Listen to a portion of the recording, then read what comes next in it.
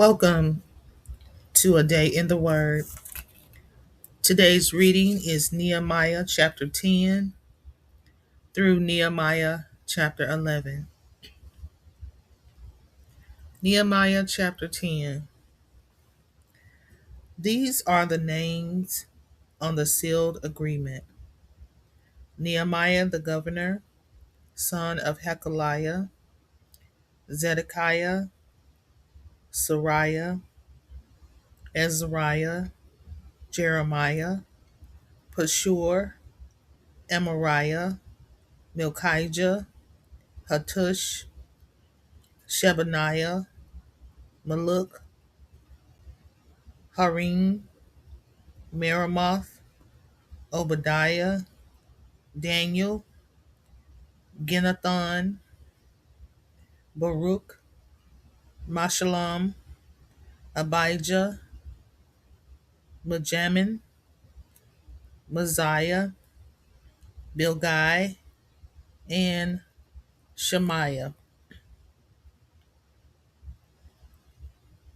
These were the priests who put their names on the sealed agreement, and these are the Levites who put their names on the sealed agreement: Jeshua, son of Azaniah; Binui, from the family of Henadad; Kadmiel and their brothers; Shebaniah; Hodiah; Kelita; Pelaiah; Hanan; Micah; Rohab; Hashabiah; Zakur; Sherebiah; Shebaniah; Hodiah; Bani, and Binui.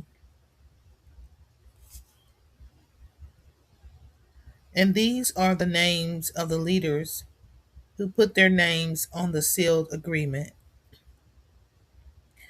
Parosh; Pahath-Moab; Elam; Zatu; Bani; Buni; Azgad; Babai; Adonijah; Bigvai; Aden; Ater; Hezekiah; Azur; Hodiah; Hasham; Bazai; Harif; Anathoth; Nabai; Mekpiash; Meshullam; Hizir; Meshzabel; Zadok; Jaddua; Piltai; Hanan; Haniah; Hoshea; Hananiah; Heshub; Halohesh; Pilha; Shobek; Rehum; Heshabonah; Messiah; Ahiah; Hanan; Anan; Maluk; Harim, and Banah. So all these people now make this special promise to God, and they all ask for bad things to happen if they don't keep their promise. All these people promise to follow the law of God. That law of God was given to us through Moses, his servant. These people promise with an oath to carefully obey all the commands, rules, and teachings of our Lord God. Now, these are the people who are making this promise: the rest of the people, the priests, Levites, gatekeepers, singers, temple servants, and all the Israelites who separated themselves from the people living around them. They have separated themselves to God. They have separated themselves to obey God's law. Their wives, sons, and daughters, who are able to listen and understand, also did this. All these people join their brothers and the important people to accept for themselves the promise to obey God's law, and they accepted the curse that acts for bad things to happen to them if they don't obey God's law. We promise not to let our daughters marry the people living around us, and we promise not to let our sons marry their daughters. We promise not to work on the Sabbath day. If the people living around us bring grain or other things to sell on the Sabbath, we will not buy them on that special day or on any other festival. Every seventh year, we will not plant or work the land, and every seventh year, we will not cancel, and every seventh year, we will cancel every debt that other people owe to us. We will accept the responsibility for obeying the commands to take care of God's temple. We will give 1/3 shekel of silver to each year. We will give 1/3 shekel of silver each year to support the temple service to honor our God.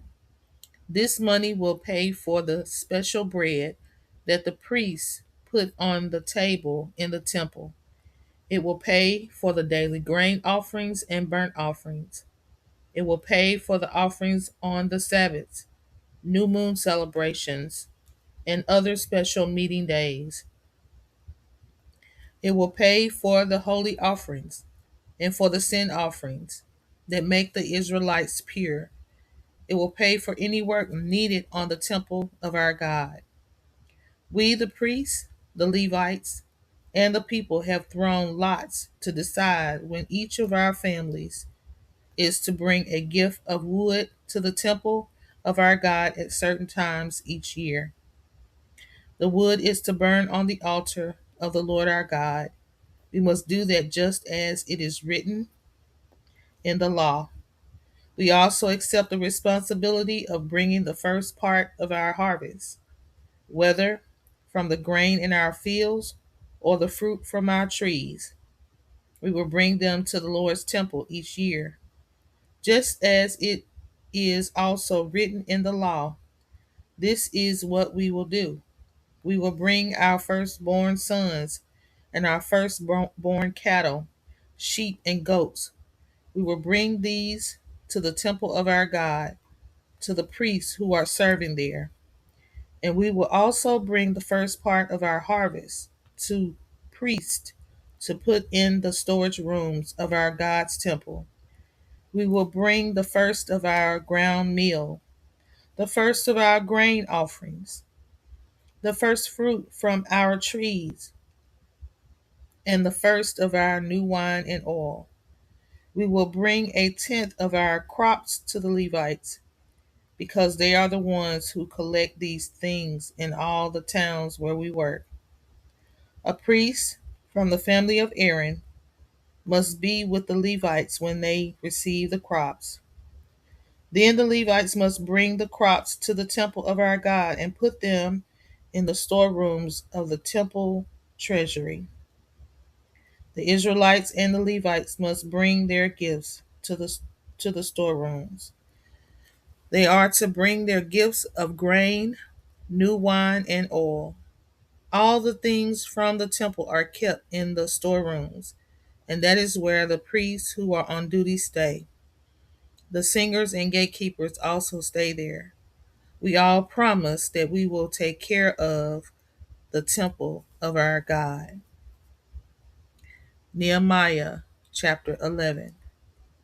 Now the leaders of the Israelites moved into the city of Jerusalem. The rest of the people used lots to decide who else should move there with the leaders. They chose 1/10 of the people to live in Jerusalem, the holy city. The rest of the people stayed in their own towns. The people who stayed asked God to bless those who were willing to move to Jerusalem.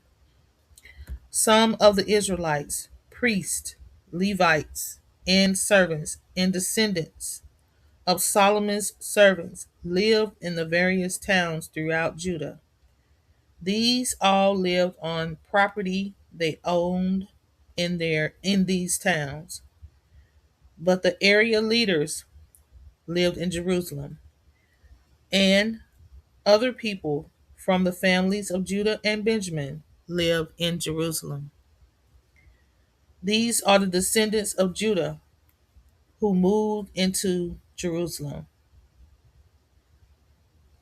Ethaiah, son of Uzziah, the son of Zechariah, who was the son of Amariah, who was the son of Shephatiah, who was the son of Mahalalel, who was a descendant of Perez, and Masiah, son of Baruch, the son of Hosea, who was the son of Hazaiah, who was the son of Adaiah, who was the son of Jorib, who was the son of Zechariah, who was a descendant of Shelah. The number of Perez's descendants living in Jerusalem was 468. All of them were brave men. These are the descendants of Benjamin who moved into Jerusalem. Salu, son of Meshullam, the son of Joed, who was the son of Pedaiah, who was the son of Kolaiah, who was the son of Messiah, who was the son of Ithiel, who was the son of Jeshaiah. And those who followed Jeshaiah were Gebiah and Sali. Altogether, there were 928 men. Joel, son of Zichri, was in charge of them. And Judah, son of Hasinoah,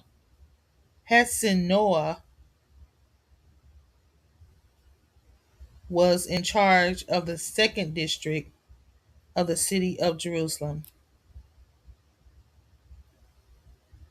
These are the priests who moved into Jerusalem: Jedaiah, son of Jorib, Jachin, and Sariah, son of Hilkiah, the son of Meshullam, who was the son of Zadok, who was the son of Marioth, who was the son of Ahitub, who was the supervisor in the temple of God, and 822 men of their brothers that did the work for the temple, and Adaiah, son of Jeroham, the son of Pelaiah, who was the son of Amzi, who was the son of Zechariah, who was the son of Pashur, who was the son of Milchijah, and 242 men who were Adaiah's brothers, leaders of their families. Ameshsai, son of Asriel, the son of Ahzai, who was the son of Meshillemoth, who was the son of Immer, and 128 of Ameshsai brothers. These men were brave soldiers. The officer over them was Zabdiel, son of Haggedolim. These are the Levites who moved into Jerusalem: Shemaiah, son of Hashub, the son of Asrikam, who was the son of Hashabiah, who was the son of Buni; Shabbatai and Jozbad, two of the leaders of the Levites in charge of the outside work of God's temple; Mattaniah, the son of Micah, who was the son of Zabdi, who was the son of Asaph, the director who led the people in singing songs of praise and prayer; Babukiah, the second in charge over his brothers; and Abda, son of Shammua, the son of Galah, who was the son of Jeduthun. So there were 284 Levites who moved into Jerusalem, the holy city. These are the gatekeepers who moved into Jerusalem: Akkub, Talmon, and 172 of their brothers. They watched and guarded the gates of the city. The other Israelites and the other priests and Levites lived in all the towns of Judah. Everyone lived on the land that their ancestors had owned. The temple servants lived on the hill of Ophel. Zahar and Gishpa were in charge of the temple servants. The officer over the Levites in Jerusalem was Uzi. Uzi was the son of Bani, the son of Heshbiah, who was the son of Mattaniah, who was the son of Micah. Uzi was a descendant of Asaph. Asaph's descendants were the singers who were responsible for the service in God's temple. The singers obeyed orders from the king, which told them what to do from day to day. Pethathiah, son of Meshezabel, told the people what the king wanted done. Meshezabel was one of the descendants of Zerah. Zerah was Judah's son. The people of Judah lived in these towns: in Kiriath Arba and the small towns around it, in Dibon and the small towns around it, in Jokbezil and the small towns around it, and in Jeshua, in Moladah, in Beth Pelet, in Hazar Shual, in Beersheba and the small towns around it, and in Ziklag, in Mekonah and the small towns around it, and in Ramon, in Zorah, in Jeremoth, and in Zanoah, in Adullam, and the small towns around them, in Lachish and the fields around it, and in Azekah and the small towns around it. So the people of Judah were living all the way from Beersheba to the valley of Hinnom. The descendants of the family of Benjamin from Gibeah lived in Michmash, Ijah, Bethel, and the small towns around it, in Anathoth, Nob, and Ananiah, in Hazor, Ramah, and Gittim, in Hadid, and Zobeim, and Nabalat, in Lod, and Ono, and in the valley of the craftsmen. Some of the groups from the family of Levi moved to the land of Benjamin. Thank you for joining A Day in the Word, Bible in a Year series. Please subscribe, like, comment, and don't forget to turn on that notification bell. Until next time, Shalom.